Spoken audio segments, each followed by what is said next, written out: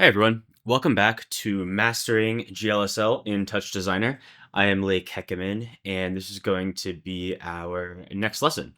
Today we're going to talk about some very cool and very foundational techniques to draw shapes and lines and curves, which is very exciting. And we're going to be doing a lot more work in TouchDesigner today than we have in our prior lessons, since we now have a lot of really good stuff to talk about. But as with those other lessons, I am going to talk to you for just a little bit first. So let's do that so we can get to the fun stuff. So I'm sure everybody's heard this by now, so I'm going to probably start skipping these going forward, but last one.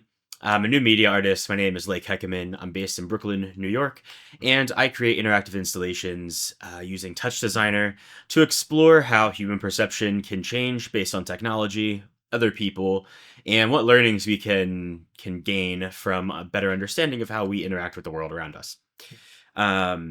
So I use TouchDesigner and shaders very heavily to produce all of my work. Here are some examples. And these are obviously very complex and quite a bit more in depth than what we're talking about in this intro to Mastering TouchDesigner GLSL course, but it gives a little bit of an idea of kind of where to go and how much you really can do with this type of technique. So with that, today we're going to be looking at drawing simple shapes and using common functions. Lesson 4. So drawing in GLSL is an interesting paradigm. Because we're operating, back to our very first parallel computing lesson, because we're operating on an array of textures, and we're executing the same instructions for each of those, right? So our shaders are a set of instructions, and our texture can be like the array that we're executing over. As part of that execution, we know kind of which element of the array we're operating on. And this kind of element-specific knowledge is, one, how we sample textures, like we did in 2 lessons ago. And 2, how we can start to think about doing more complicated stuff with GLSL, and really start to unlock the power of this parallel paradigm. So let's say we want to draw a circle. If I was going to use just like a piece of paper, I would just, draw my circle, blah, blah, blah, whatever. But because we don't actually know about the entire circle when we are executing the instructions on only one pixel, we have to find some way to represent that information about the circle in a indirect or implicit format by writing a function, and the value of that function at a specific pixel will tell us whether that pixel is in or out of the shape. So we'll run the same function over every pixel using that pixel's position as a argument or variable to the function. And the result will tell us whether we are a part of the shape or not, and correspondingly how to color that pixel on screen. So a circle is the easiest example, and one that we'll be working with a lot today. So we have our dotted circle, and pixels inside of it will be colored black, pixels outside of it will be colored red. And the way to do this is say, okay, the radius of my circle is 3. So I know that for this pixel, that pixel is less than 3 units away from my origin, which I can just tell visually, but I could also use the XY coordinate of that pixel to calculate a length from the origin to the center. And if that length from the origin to the center of my pixel is less than the radius measure, then I know that pixel is inside. But if I apply that same calculation, the length from the origin to the center of my pixel, on a pixel outside, that length is going to be greater than the radius, and so I know that it is going to be outside my circle and colored accordingly. Now, there are obviously half pixels and things like that that we will treat, but for right now, that's the high level. We say, okay, how can I represent the shape I want to draw in an implicit way that will allow me to pass the same function across every pixel and output different values based on whether or not the pixel that I'm currently operating on is inside the shape that I'm interested in. Drawing a curve, very similar. We can, instead of thinking about it as a pixel being in or out of a shape, we can say how close is a pixel to a line, which really means we're going to define a function, y in terms of x, and we are then going to graph really the zeros of that function. And so for pixels that are less than some arbitrary cutoff of units away from the line, i.e. pixels for which the computation of that function is relatively close to zero, um, when compared to, well, we'll see. When the evaluation of that function is relatively close to zero, then we'll color that pixel green, and when it's farther than our arbitrary threshold, we'll color it red or black. And again, we'll use some shaping functions to make all of these really nice curves, and not the jaggy little ones that I have shown now. But I think this should illustrate kind of the GLSL paradigm when it goes when going about drawing shapes. Okay, next we have signed distance functions. These are also really powerful. This is essentially a very large topic that covers a lot of what I talked about already in the implicit declaration of different types of functions. So I'm going to pull up a website that I have linked to here that will go through a bunch of signed distance functions.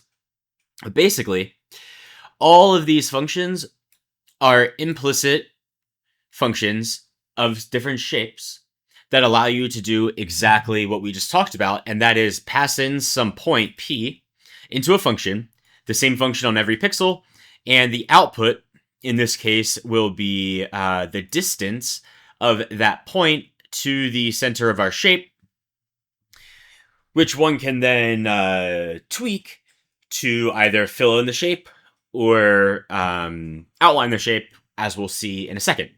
So a signed distance function really has unbounded values that can be anything from 0 if the pixel is right on the boundary of the shape.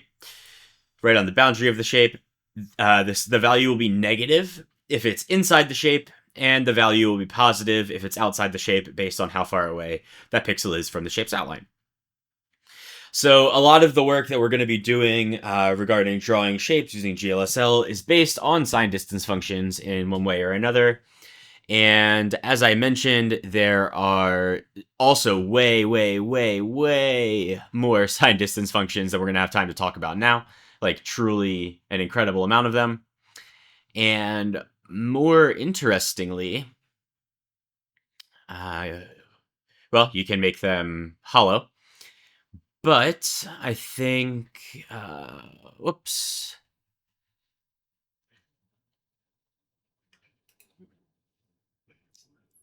Maybe it's in this one.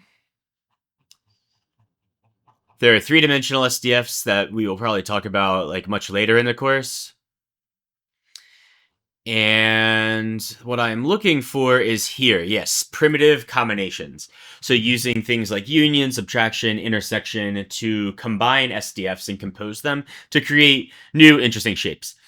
He's doing all of this with three-dimensional SDFs, but they will work for two-dimensional SDFs just as well. So anyway, I just wanted to call that out. SDFs are super important, and we'll be working with them quite a bit. Now, this is a little bit more of a list than I like to have on these slides, but these are some really useful functions, and I do actually want to talk about each and every one of them. I'm going to go through pretty fast. We're going to use each of these in practice, so I do want to mention them beforehand, but we'll see the usage afterwards. So first, fract. So fract, any float that you pass through it, you'll return just the fractional part. So I give an example here. We'll basically just return the decimals, everything after the decimal place. Floor and ceil, either round up or down to the nearest integer. Mod is very interesting. So mod returns a value that is the remainder when one number is divided by another. So 5 mod 2, which is how you would read this little expression, is a 1 because 5 divided by 2 is 2, remainder 1. 2 times 2 is 4, and then another 1 to get you to 5. As another example, like, I don't know, 11 mod 2 is 1, 11 mod, or 12 mod 2 is 0, 11 mod 4 is 3, and yeah, you can do some Googling for other good information about modular arithmetic. Step is a very good one. Basically, it will take two arguments. The first is the threshold value, and the second is whatever value you're trying to step over that. So the function will return 0 if the first argument is less than the second, and 1 otherwise.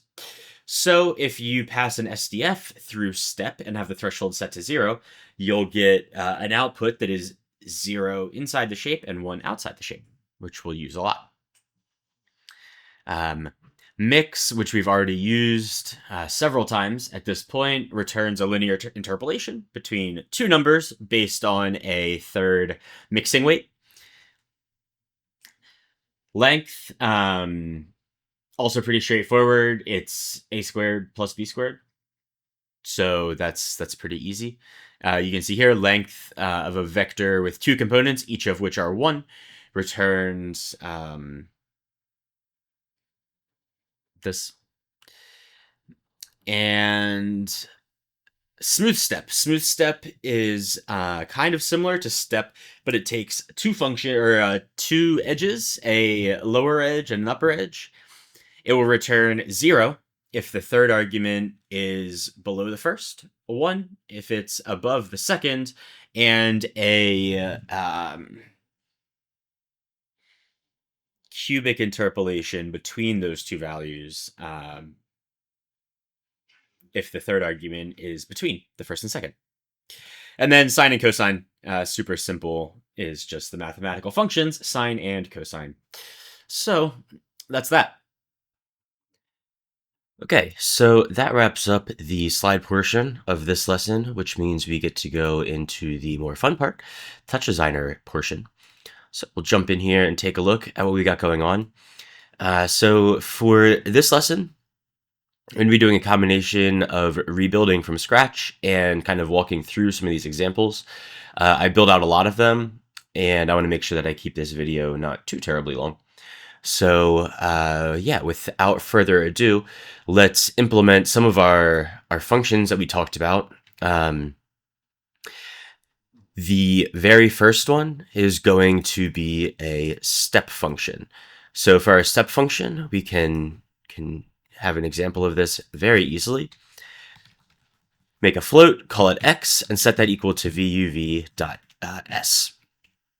Then we can just say x equals step 0.5, comma x, and then we can output x, comma x, comma x, comma 1 in our color, and we'll see that we have black on the left and white on the right. Now, what that really means is a value of 0 for x on the left and a value of 1 on the right, which we can see if I turn on this viewer, press the D key, and you can see that you're actually selecting specific pixels, and then you can see the values that the RGBA channels take for each of those pixels. So here's 0, here's 1. And so that is a good way to debug, and something that I use implicitly a lot, so I wanted to mention it and make it explicit. We can also use this to take a look at Smoothstep. And remember here we have our edge 1, our edge 2, and then the value that we're interpolating. And so this will give us a nice smoothed gradient from 0 to 1. X is 0 over here and 1 over here.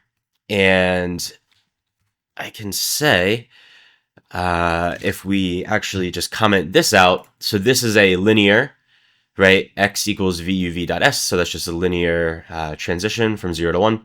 And this is the cubic interpolation, which is, like I said, just a little bit smoother. And that's a function we'll use a lot. So that is one that I definitely wanted to talk about explicitly. Call this step and Smoothstep. Now, one of the things that I have as a pre-made example for you is this Smoothstep function in this shader, where I made it dynamic. Here I'm using a uniform uStep and a uniform uWidth. And these two uniforms together are used to drive the threshold and the fall off of this Smoothstep function. And so you can play around with that and kind of get a feeling for what's going on.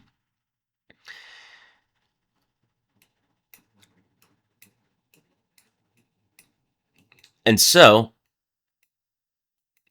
now that we kind of understand how to use the step and the Smoothstep function, we can start by implementing those or using those to implement drawing a simple line and drawing a simple circle. So let's start with maybe the line.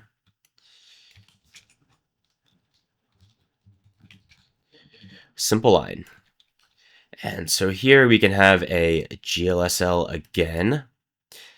And okay, so what we're going to do, as I mentioned before in our slides, we're going to think of a function as, or rather, we're going to think of a line as a function that we're going to graph. So I will start again with my float x equals vuv dot s.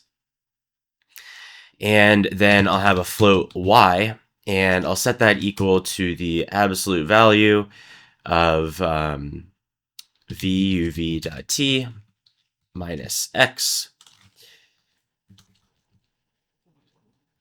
And then what we want to do is then say y equals step, and in this case, maybe like 0.1, we'll step y, and then we'll just output y to our color, and then we'll make a new line, and we'll set our color.a to 1.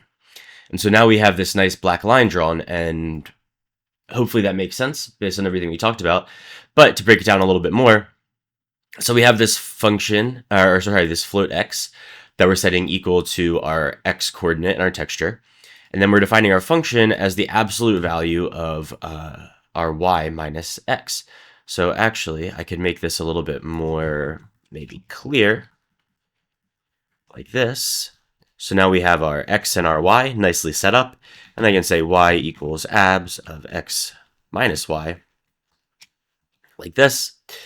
And hopefully that makes a little bit more sense. So the absolute value of x minus y is going to lie on this line from 0 to 1. If you think about it,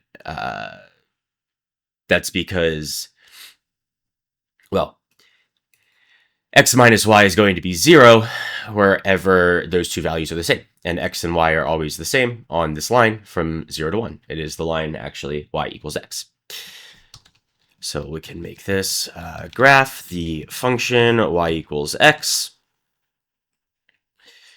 or really, I guess, and then we are going to plot the function by looking at where the values are close to 0. And that's what we're using the step for, because this will return a value of 0 if the absolute value of x minus y is less than 0.1. Or 1 otherwise. So it'll give us a black line on the curve y equals x. Draw a black line where the value of y is less than 0.01. And so that is kind of the way that we're thinking about things. And I guess if we open up these slides and I go to here, so this is kind of the way that we're thinking about things. Again, this is a different curve, looks more like an S curve, but you can imagine if it was just a line going straight through. Let's say this pixel right here is 1, 2, 3, 4, 5, 6. 1, 2, 3, 4, 5, 6. Okay, so y equals x. In that case, the absolute value of y minus x is 0. And so this pixel would have a y value of 0 because the absolute value of x minus y for that example pixel is 0, and so it would return a 0 outside of the step function because, again, this function will return 0 for anything less than 0.1, 0.01, and 1 for anything higher. And so that's how we get a simple line. Now,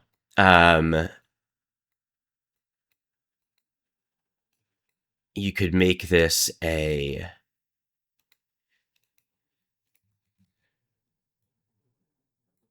not hard line by using Smoothstep, which we just talked about.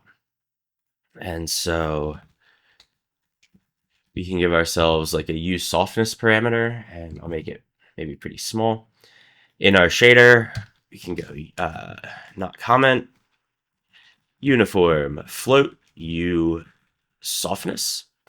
And then instead of using this step function, we can use the smooth step. And here we can use our u softness, comma 0, comma y. And then we just want to get rid of our step function. And so you'll see now that we have a gradient, which we can increase by changing the softness here. And so here we can draw a nice smooth line.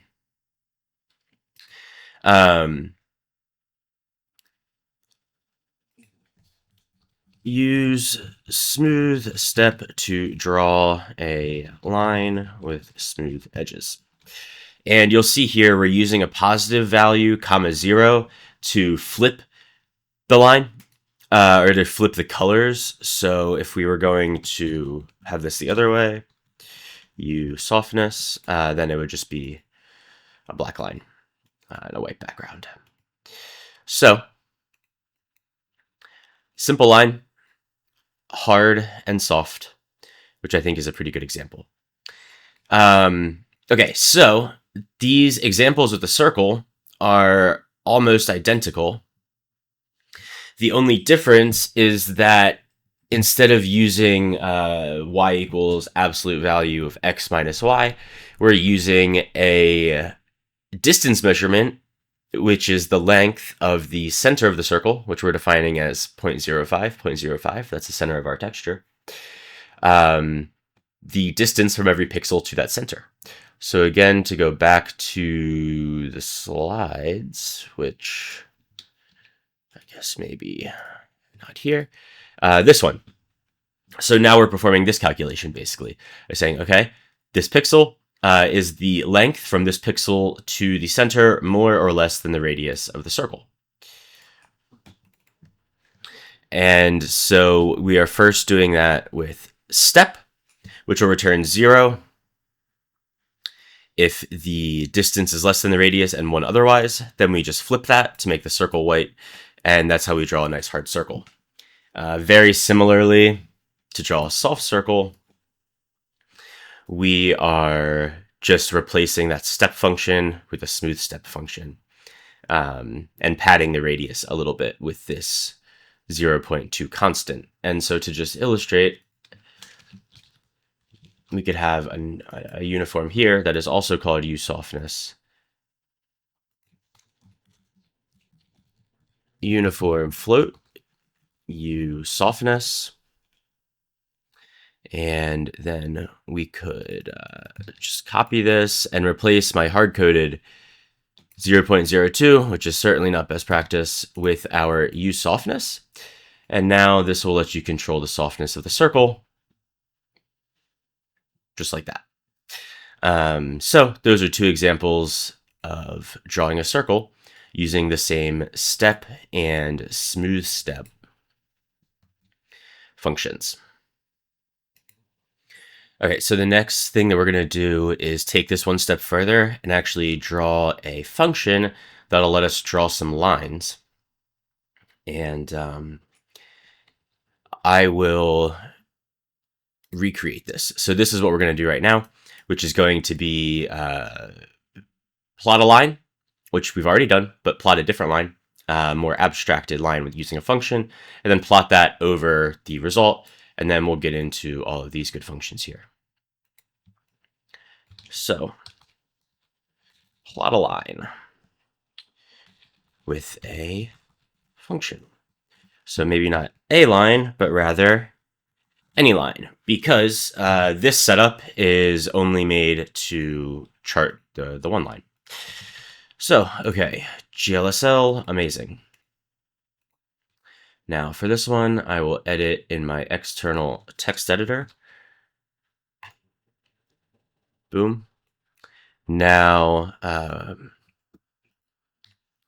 talked about debugging before. We'll be using this window for our debugging also. And I know that one thing I'm going to need is a uniform called uThickness. And so I'm going to set that up right now. Uniform float uThickness. Very good. Okay, so now what I want to do is be able to abstract out that line plot, which is what we did right here. And so, okay, how would I go about doing this? Well, the first thing that we could do is just simply try to plot y equals x, which we already know about. So let's say vec3 color equals vec3 0. And then we're going to output a vec4 with our color and then alpha of 1. So this way we have a nice output. We'll have a variable float x equals vuv.s, and then a float y equals x. And then what we did before was y equals absolute value of y minus x, color dot RGB equals vec3 step u thickness comma y. And so oops, this should be vuv.t. And now we have our line, which if I make the thickness very low, okay, we have our line exactly repeated. Okay, great.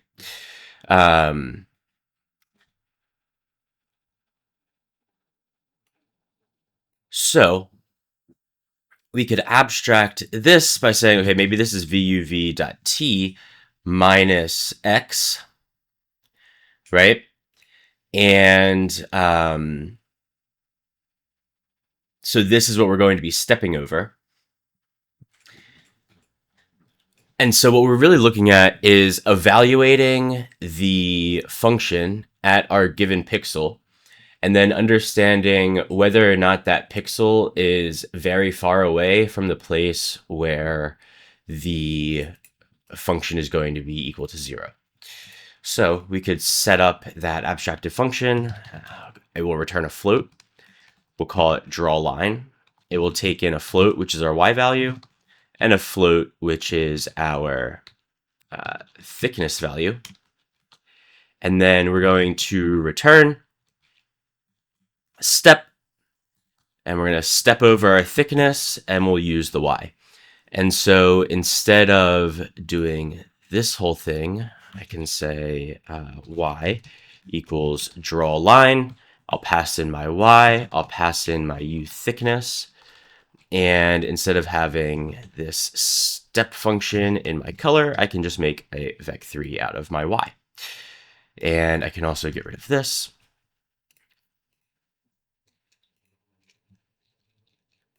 Oops, we actually need this still. This is to define our function. So this is still just y equals x. But the question, I guess, would be, what if this changes? So what if instead of our y equals x, it was Smoothstep 0, 1, x? What happens here? Okay, so this is a little bit funny, and it's a little unclear why exactly this is the case. So let's try and figure out. First, we can set our color equal to y, and we'll get rid of these two lines. Okay, so this is good. This is our color right here.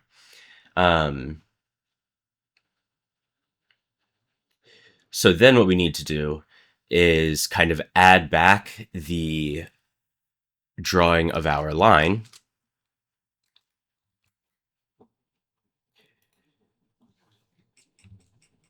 And instead of setting this equal, we can maybe say plus equal. And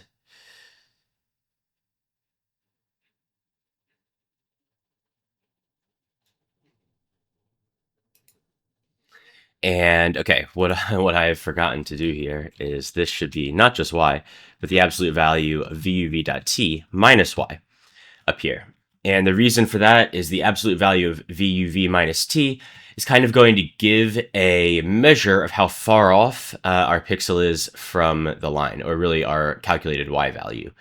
And so we can use that. And then we just have to make a little tweak here in our color setting so that we can see the line where the line is and the gradient where the gradient is.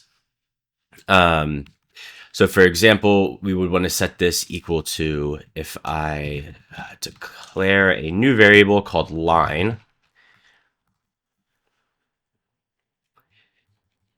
what we really want is our color to equal color.rgb times 1 minus our line. So that's anywhere the line's not, our color will be. And then we'll add it to our line times some line color, which in this case, I'll just make red.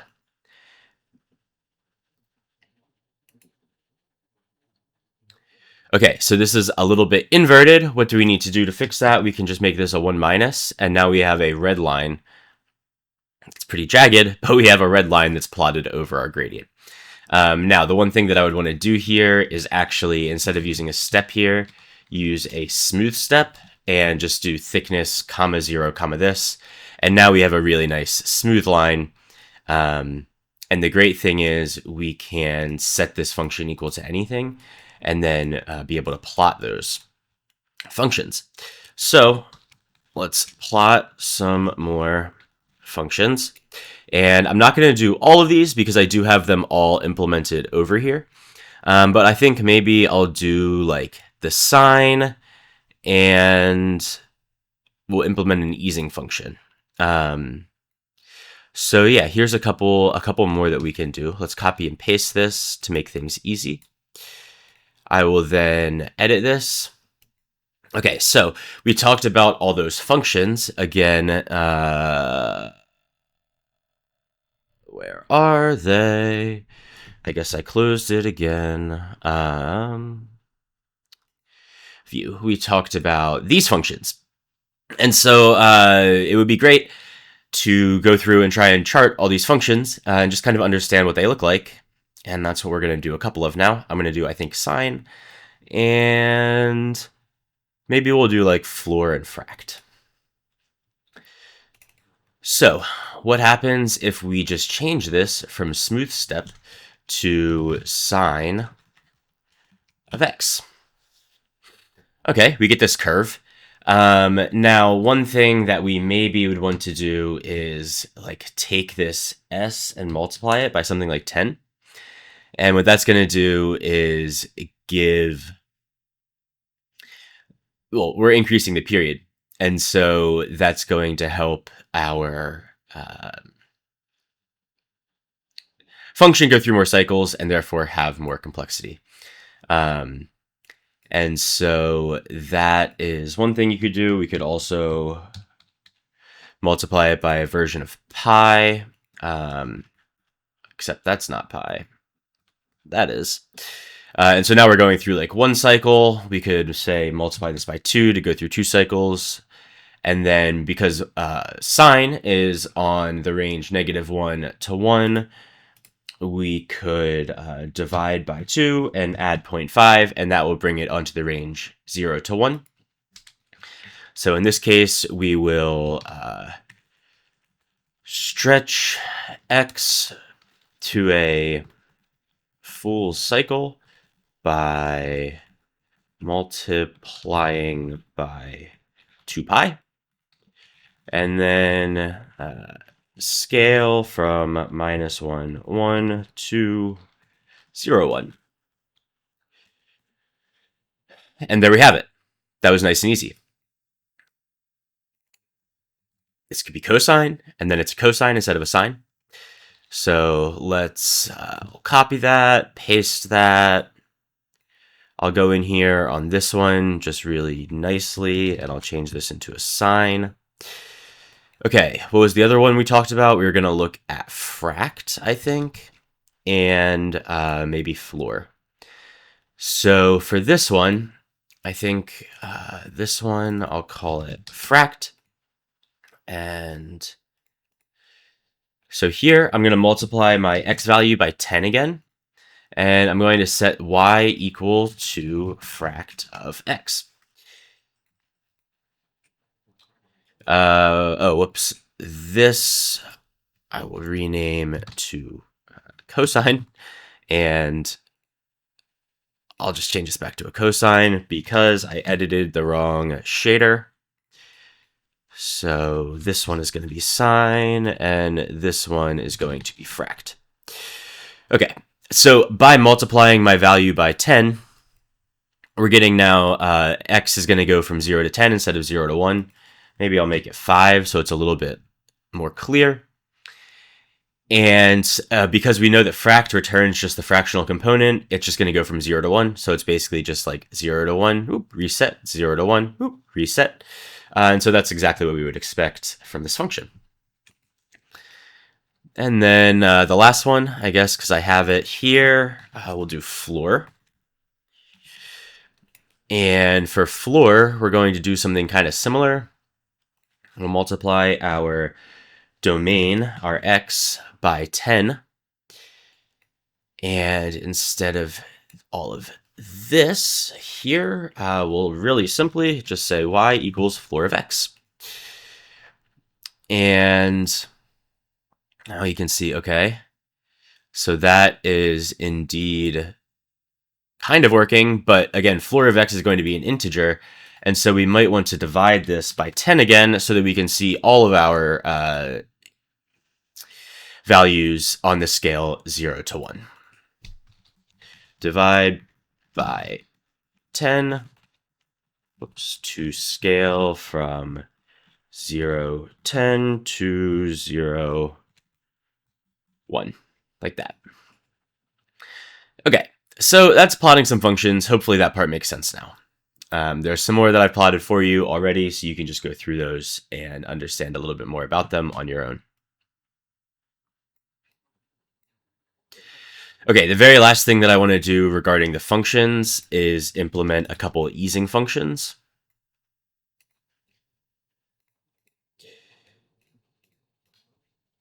There is easings.net, a great website with all of these really nice easing functions.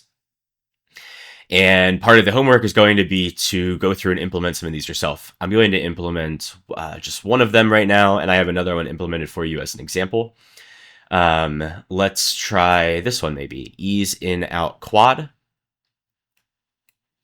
So it gives you a bunch of information about these guys, and if you scroll down to the math function, it will give you basically exactly what the math function is. Okay, that's a little bit more complicated than I want right now, so maybe we just do ease in expo. No. Okay, well, I'll do one of those so that it's clear, but let's start with just a very easy one. We'll do easing cubic. So easing cubic is simply x times x times x as the math function. So if this is going to be ease in cubic, what will my math function be? Well, my math function will simply be, if I take out the 10 multiplier, I'll make sure to edit the right file. I'll take out the 10 multiplier here, and we'll set y simply equal to x times x times x. And we'll see, especially if I pull our easings back up, that we have a chart that looks just like this easing function. Okay, now another thing, and I will show one of the harder ones here, such as this ease in out quad. The reason this is hard is because it looks a little funky and not really like stuff that we've looked at before. So I'm going to edit this new file, and we'll come here and we'll implement this. Let's just get rid of this. Ease in cubic. Okay, now on the new file, and this is going to be ease in, out, quadratic. We'll get rid of this. Okay, so how to implement this. So we want to return, okay, so what this means, and I will comment it here. So what this means is we're going to return a value, and that value is going to change based on this conditional expression. If the value of that expression is true, it's going to output this. If the value is false, it's going to output this. This is called a ternary expression, which is a little advanced, but that's okay. So we can implement that very similar to how it looks. X less than 0.5 in parentheses, then a question mark. That's like the evaluator. If it's true, we're going to return 2 times x. And if it's false, this is the if then. So if, and then if else, then that's the colon. Everything that comes after the colon is what happens if that statement is false. And so it'll be 1 minus pow minus 2 times x plus 2, and then we'll raise that to the power of 2.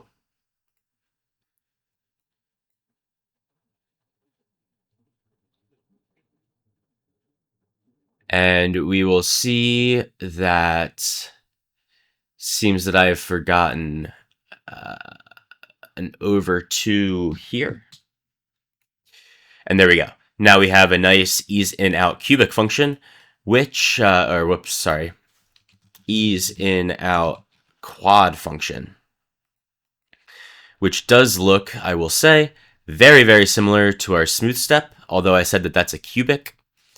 And so easings are, yeah, it looks very similar to this, but it's just with like a different exponent. And so, yeah, that should be not too crazy either. So that is how to implement some easing functions. I think that's enough for drawing of lines at the moment. Let's get back to drawing some shapes. So I have a couple examples here of a box for you. I think the most simple version of a box is this one that I'll show you, which is not very good. We're considering a box, again, if we go back to our grid of pixels, we're saying this box is going to be any box where x and y are less than 0.5 and x and y are greater than 0.2. So if I change this, then our box is going to change in dimension, and that's great. It's hard-coded. You could obviously use a uniform for that. But again, if statements are not the best, and so a better way to draw a box is to actually use our old friend step. So in this case, we have a uniform for a center and a uniform for a dimension. And so with our center, we can move our box, and with our dimension, we can grow our box.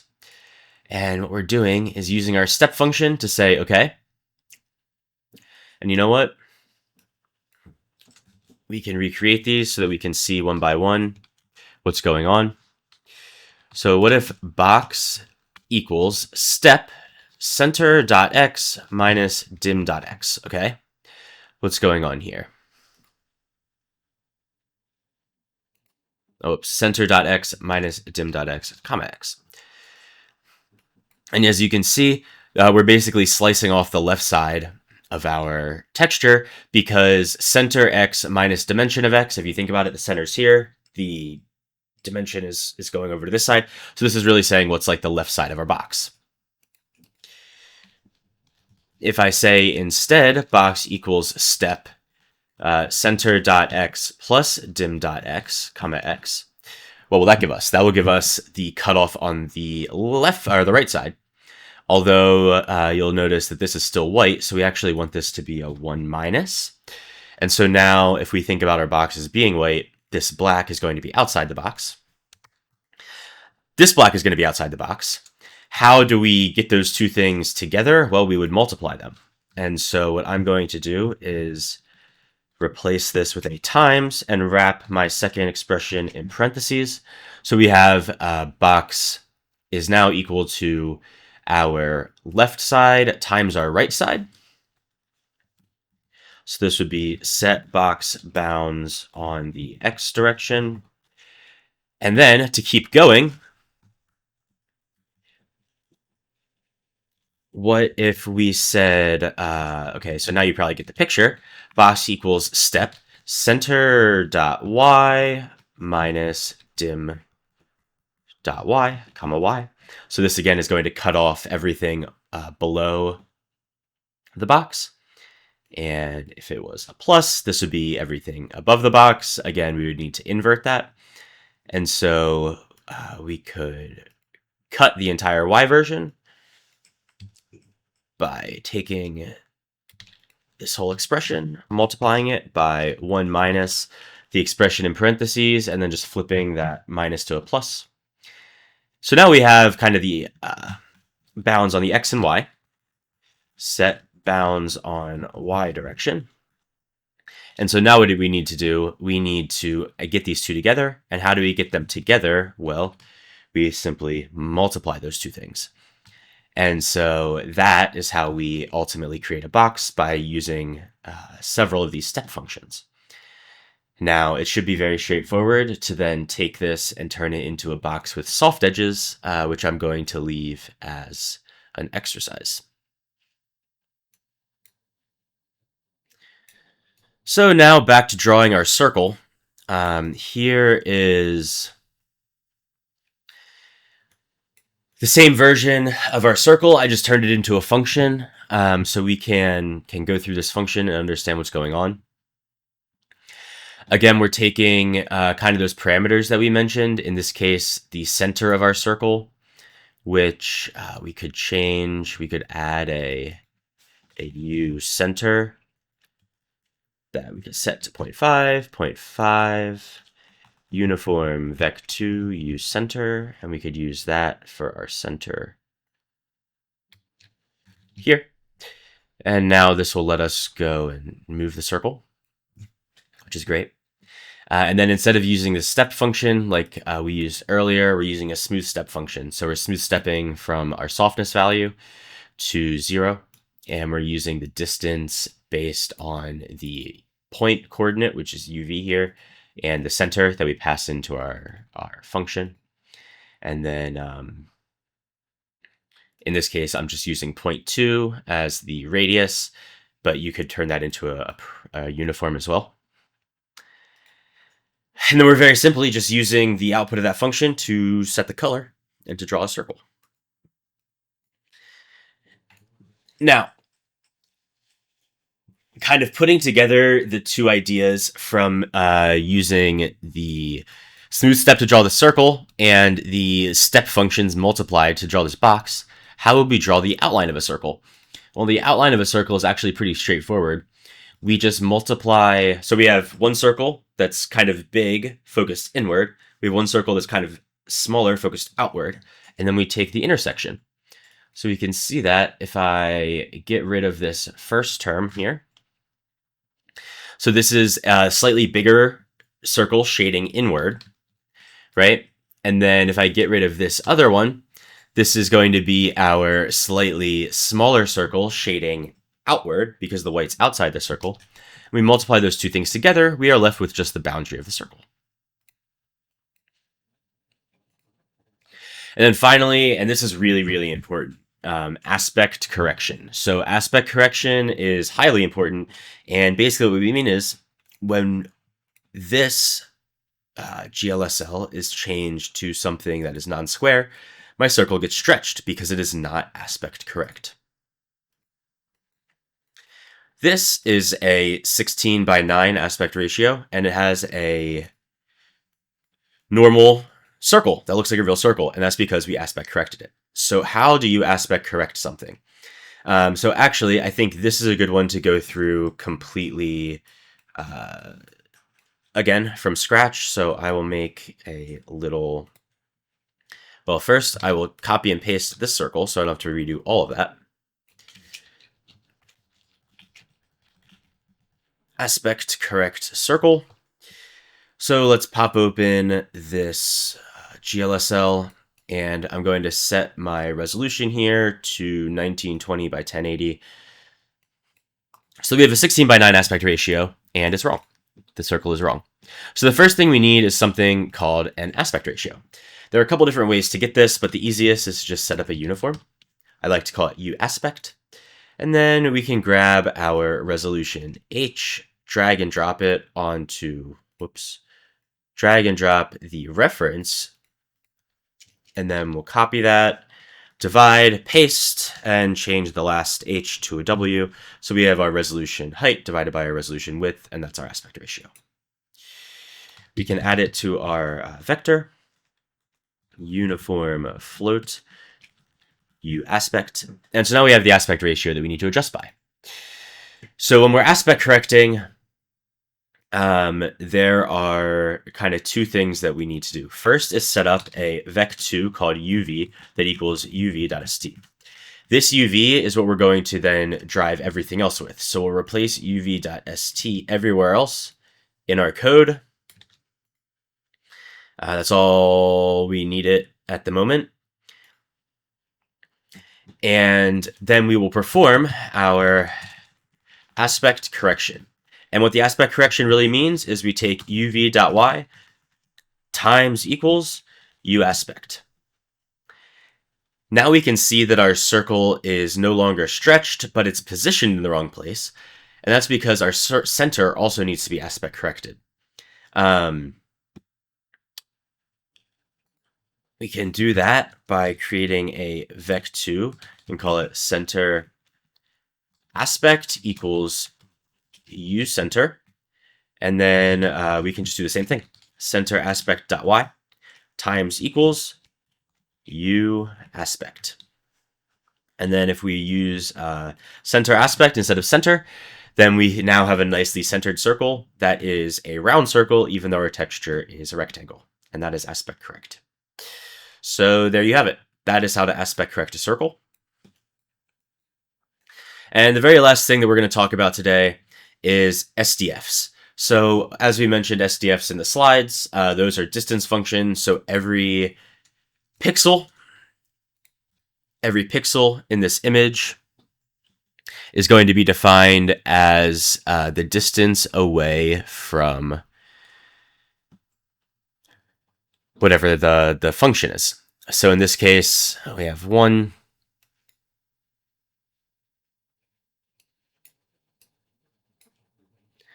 0 in the center, going out to 1, and that is the sine distance function of a circle. I also implemented the SDF of a rhombus because it's a little bit more complicated, and I wanted to give an example of how to implement something with more arguments. So in this case, in our SD circle, we just take in one value, which is the radius. So changing this makes our circle bigger or smaller. In the rhombus, we have a one variable that is our UV, obviously. And then we have another variable, it's a vec2, that's our rhombus size. So if these are the same, let's say 0.4, 0.4, we have a diamond. And if they're different, then we have a rhombus.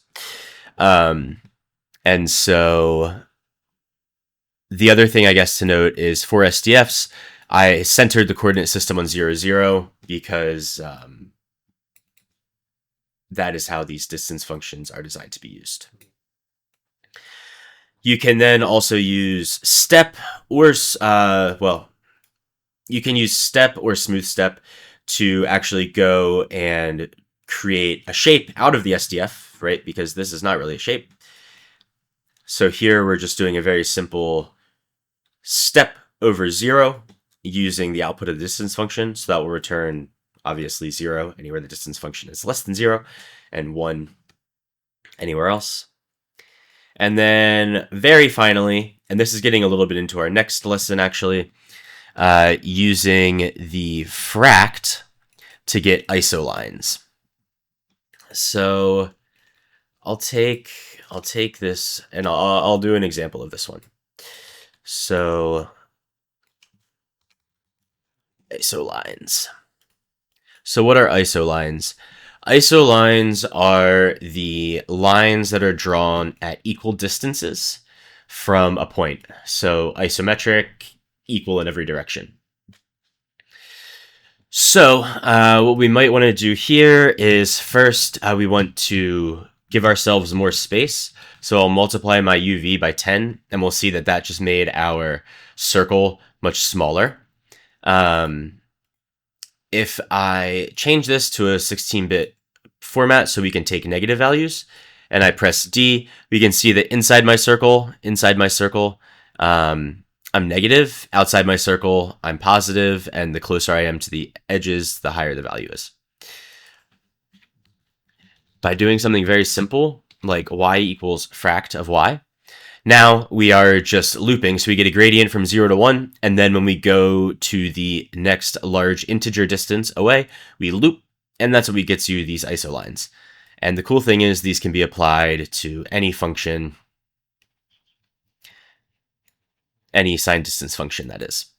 So your homework is also going to be to implement some of these sign distance functions yourself and get more comfortable with them. And I guess that means that now is a good time to actually talk about what the exercises are. And so here we are. Exercise 1 is implement your own circle top. So use a base, add parameters to the base, use those parameters as uniforms on a GLSL, and try to implement the circle top as best you can. Grab some of your own easing functions from easings.net and plot them.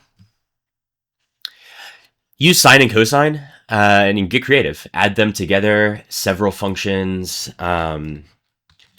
sine and cosine composition functions. I'm seeing if I can grab a photo of it real quick, a photo of what I'm thinking of.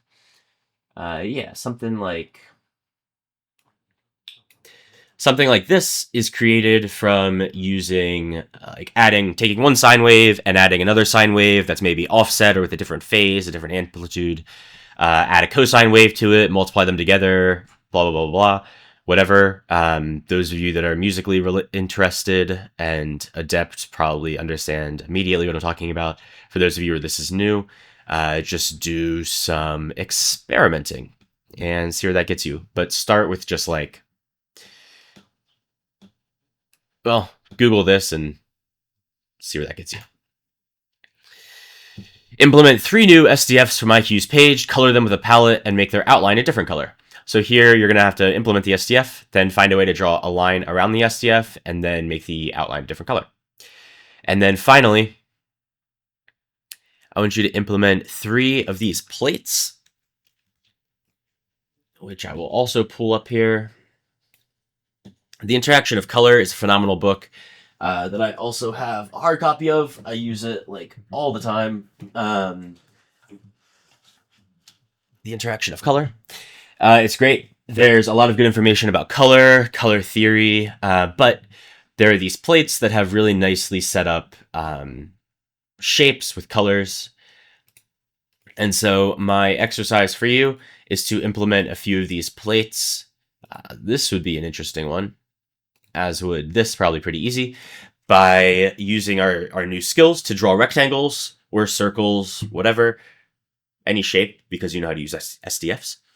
Draw them, color them, add them together, position them, and try and recreate these. I think it'll be a good exercise. And so that is everything for this lesson. I hope that you enjoyed. If you're getting some value out of this, like and subscribe to my YouTube channel. You can grab the solutions to these exercises on my Patreon.